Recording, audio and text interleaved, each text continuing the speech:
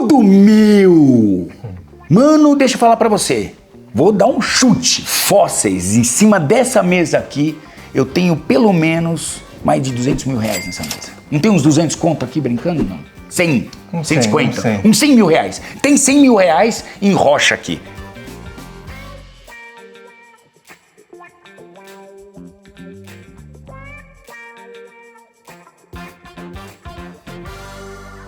Bem-vindos ao nosso segundo programa sobre fósseis. O primeiro teve muita gente que gostou. Se vocês continuarem empolgados dessa maneira, a gente vai fazer uma série aqui falando só sobre fósseis. Tem muito para falar sobre fósseis. E hoje nós estamos com o Deivão, novamente, ok? Ele é do Fósseis Brasil. Já vou dando aqui todas as informações que vocês querem saber desse cara, porque vocês vão querer me mandar coisa, eu tenho certeza que vocês vão ficar encantados como eu sou pelos fósseis. Vocês têm na descrição do vídeo, tá? Vai deixar o seu like agora, já para não esquecer, que eu sei que se vocês gostaram do outro, vão gostar desse aqui também. Hoje nós vamos falar sobre isso aqui, ó, tutu, quanto vale, o que é um fóssil, primeiro o que é esse processo de fossilização e por que vale tanto dinheiro, tá? A gente já falou dos aspectos legais na última vez, então, enfim, já passamos essa fase. Se você tiver alguma dúvida, né, da legalidade do que nós estamos fazendo aqui, tem no card aqui o primeiro vídeo que explica tudo que a lei Monday, Tuesday. Hoje eu quero saber, vamos às compras, Pepe. Verifica se você está inscrito no canal, esse sininho aí ajuda a gente a você ser lembrado que aqui tem 5 vídeos por semana e dependendo como for o resultado dessa, vai virar uma playlist isso aqui também, mano. Porque tem muito pra gente falar sobre esse assunto, né, Deivão? Tem muito assunto. Nem sempre num fóssil o que é maior é mais caro. Não. Vai da raridade, da preservação, da preparação, tudo isso conta, né? Metade desse valor que a gente falou aqui já tá aqui, ó. Sim. Por quê? Nós temos aqui um crânio de mosasauro, a peça mais cara, que eu estou alucinado. Vou ter que pedir um empréstimo ou fazer um financiamento, não sei.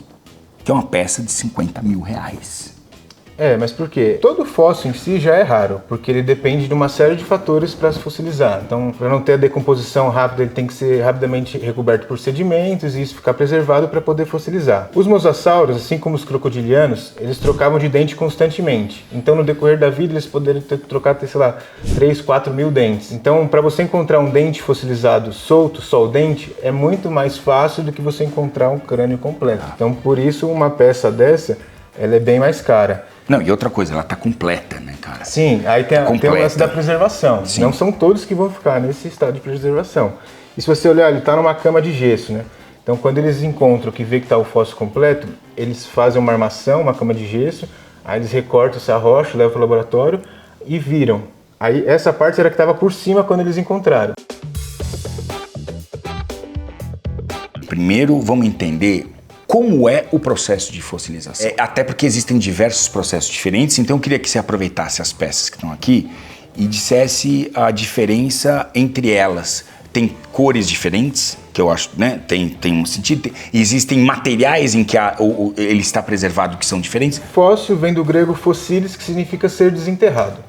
Então a gente tem vários tipos de fossilização. O mamute, por exemplo, no gelo, ele é um tipo de fossilização que a gente chama de mumificação, que é o mesmo do inseto preservado no âmbar, que é o melhor tipo de preservação, que você preserva o bicho exatamente como ele era. É um tipo de mumificação.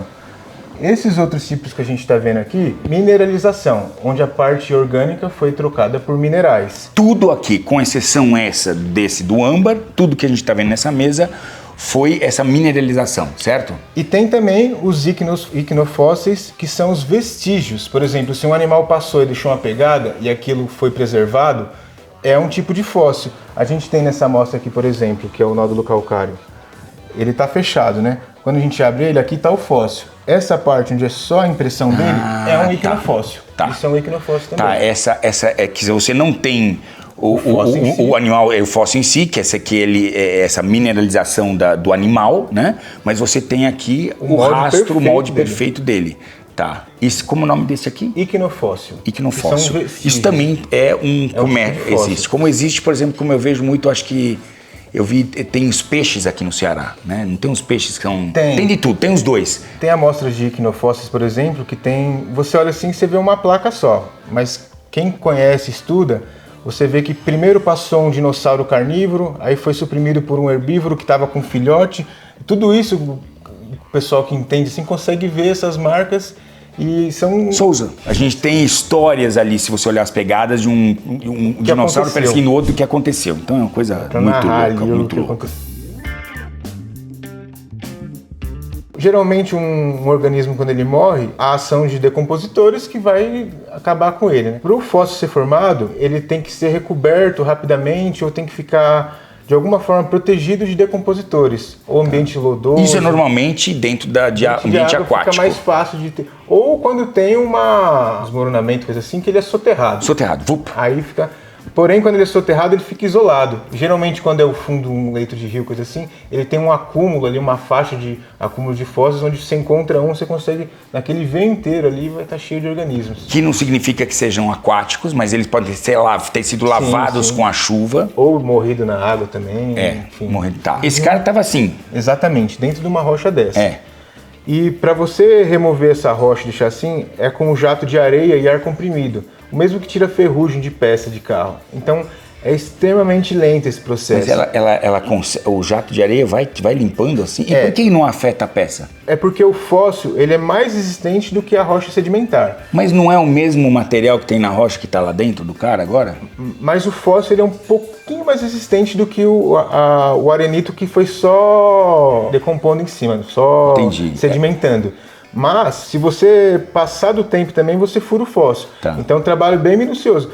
Uma pessoa que nunca fez isso, com certeza não deixaria a peça dessa forma. Iria danificar. Então, um segundo a mais, você fura ela muito também. Perfeita, cara, se liga. Mas isso só é possível por conta que o fóssil é um pouquinho mais resistente do que a rocha sedimentar, né? Esses caras que trabalham com isso, que a gente já falou dessa questão social, que são pessoas, enfim, são pessoas que vivem nos desertos. O que eles fazem é isso, que realmente sustenta eles. Eles têm um olho tão treinado que quando eles veem uma linha transversal, eles conseguem te falar qual espécie que é. E aí, pra você tirar um cara desse de uma rocha dessa, você leva quanto tempo? Um cara com prática, tá? Esse daqui é umas 30, 40 horas pra você deixar 30, 40 horas pra deixar assim. E é legal que há 40 anos atrás, até 30 anos atrás, começo dos anos 90, eles faziam essa preparação com prego e martelo. Eles tiravam a rocha com prego e martelo, então você não conseguia deixar extremamente limpo assim. Aí foi um americano lá e levou esse equipamento de tirar a ferrugem de peças e começou a ensinar eles a usar esse equipamento para limpar. Foi daí que surgiu todos os outros trilobites que a gente conhece. Que show, cara, que legal isso, cara. É uma cooperação ali.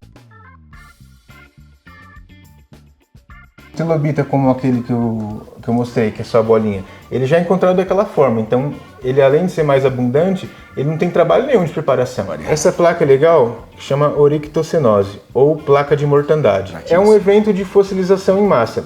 Ele estava em plena atividade, quando teve um fenômeno natural externo que soterrou eles, e do jeito que eles ficaram foi preservado. É praticamente uma fotografia 3D do passado. Ele estava em plena atividade. Quanto vale? Essa placa, média de 5 a 6 mil. Tá. Porque além desse tipo de preservação da placa, ela é de uma região, você vê que a cor dela é diferente. Sim. Essa coloração, ela era próxima de uma ilha vulcânica. Então, uma ilha vulcânica, a lava com a areia forma sílica, que é semelhante ao vidro. Isso disponível no ambiente deixou essa peça silificada. Você viu? Até o som dela é diferente, ela é bem mais dura, então é o dobro de horas para você preparar uma peça dessa. Entendi. É pelo tempo mesmo que demora para... Pelo tempo, raridade, essa região de Jorf. Entendi, também. pela raridade. Então, é isso que vai definindo. Exatamente. Um dente de megalodon bonito como aquele, hein? Tá bonito esse aí. Esse daqui, geralmente a gente costuma ver os dentes de megalodon, aqueles mais escuros, preto, e ele já é meio lixiviado, sem o esmalte ou sem a serra. Esse daqui é um dente de prospecção, ele foi escavado. Então por isso você tem o esmalte preservado, a serra dele extremamente preservada. Geralmente aqueles pretos dos Estados Unidos são encontrados em fundo de rio. Então isso com o tempo vai lixiviando, vai batendo e vai desgastando e eles são mais baratos, vamos dizer assim. Um desse tipo aqui é mais caro, uma preservação mais perfeita. Tá louco. Aí você põe a mão nisso aqui e fala assim, sei lá, 10 milhões de anos, cara. 10 milhões de anos. Não, e você imaginar as criaturas bizarras que esse dente já não deve ter dilacerado. Sei lá, 400 milhões de anos, um cara desse aqui. 430. 430 milhões de anos na tua mão, 430. É uma loucura isso aqui. tem de tudo. Agora, o cara pode, por exemplo, vamos num baratinho, por exemplo, o cara fala assim, pô, eu quero começar a ter uma história, porque eu curto pra caramba, mas não tenho essa grana, não tenho 50 pau, não tenho 3 contos pra gastar, não tenho 5. O que é que eu posso ter que é muito legal? E aí vai ser mais barato, por quê? Porque é mais abundante, mas não tira o valor da peça, porque continua sendo, por exemplo, eu posso ter um crânio inteiro do mosasauro, mas eu posso ter um dente de mosasauro. Um dente. Um dente de mosasauro. A gente legítimo. Tem dente de mosasauro de tubarão a partir de... Eu tenho de tubarão a partir de R$ 9,90 no site. Dente fossilizado de 60 milhões de anos. É um fóssil real. Com certificado de autenticidade, nota fiscal, tudo certinho. Bonitinho desse jeito, ó, como você leva. Ó. Certificado, identificação que bicho é. Muito, muito legal. Quer dizer, você pode entrar para esse mundo fascinante dos fósseis de uma forma totalmente legal, só entre se for legal, tá? Então tudo que a gente está mostrando aqui é legal. Entrar com pouca grana e começar. E aí aquilo, cara, é uma história incrível para contar, meu. Uma coisa interessante é que esse tipo de comércio, ele não prejudica em nada a ciência. Por quê? Porque somente o que é mais abundante é o que é comercializado. Tipo assim, vai começar aqui um crânio, mas deve ter centenas de coisas em nova que não foi descrita, espécie rara ou de importância, vai para museu. Isso até lá é a legislação deles, isso é preservado. O que é abundante, o que tem muito, é o que pode se comercializar. Bom, para você exportar, você precisa estar legal lá, eles precisam dar uma autorização lá. Aí precisa ter uma autorização aqui. Está na hora, inclusive, no Brasil, de a gente começar a trabalhar esse setor também. Lá no Ceará, é muito legal você trabalhar, tem muito peixe que deve ter já em museu um monte, cara. Por que não levar grana para essas regiões, tornar isso, fazer isso legal, separar o que pode, o que não pode e ir para frente? Está acontecendo. Depende da ciência agora fazer isso direito. Só isso. Ajudar a tornar isso uma fonte de renda bacana, legal e separar o joio do trigo, o que pode e o que não pode. Porque hoje não pode nada, mas está podendo tudo. Porque vai um monte de gente, inclusive lá de fora, para aqui no Ceará, para levar. Tem um monte de peça nossa já fora. Então tá na hora de acordar. Tem um peixinho lá do Ceará, chama Dastilbe. Ele é o mais comum de todos. O Museu do Crato tem mais de 500 mil unidades. Imagina se pegasse metade desse material, certificasse, comercializasse, ia gerar renda. Mais que tudo, não só agora que já está no museu, até já saiu da renda, porque já saiu... Né? Mas só por isso, por exemplo, para a própria pesquisa. Eu fiz uma matéria com um fóssil de... ou era um tatu, ou era um bicho preguiça, e não tinha grana para poder desenvolver o trabalho de limpar pedra, limpar, porque envolve profissionais, envolve muito tempo, o cara vem com um pincelzinho. Cara, vender metade desse acervo vai financiar o quê? Financiar a pesquisa, ajudar a pesquisa, pagar a pesquisa. A própria fiscalização, para ver o que está acontecendo lá, porque hoje os maiores sítios fossilíferos do Brasil é onde tem extração de cal e cimento. Então você pode sendo tudo destruído, moído. Triturar. E vou dizer uma coisa, o cara acha alguma coisa lá, ele vai ficar bem quietinho, porque senão vão f*** o negócio dele. Então não é melhor trabalhar em conjunto, sabendo que dá para fazer, não parar uma obra durante 5 anos, porque aí o cara faz o quê? Ele passa o trator e quer que se o que tem de história natural. Então não é inteligente esse tipo de coisa. Deivão, na descrição do vídeo tem lá tudo que você precisa saber a respeito do Deivão. Recomendo você ir lá e mergulhar nesse planeta incrível e conhecer a história natural do nosso planeta, beleza? Até o próximo vídeo. Comenta se vocês gostaram ou não. Ajuda a gente, fomenta esse vídeo aqui. Escreve, cara. Pode inclusive me xingar. Me chamam de dinossauro, entendeu? Eu sou um dinossauro, ainda tô aqui junto com vocês. Até a próxima.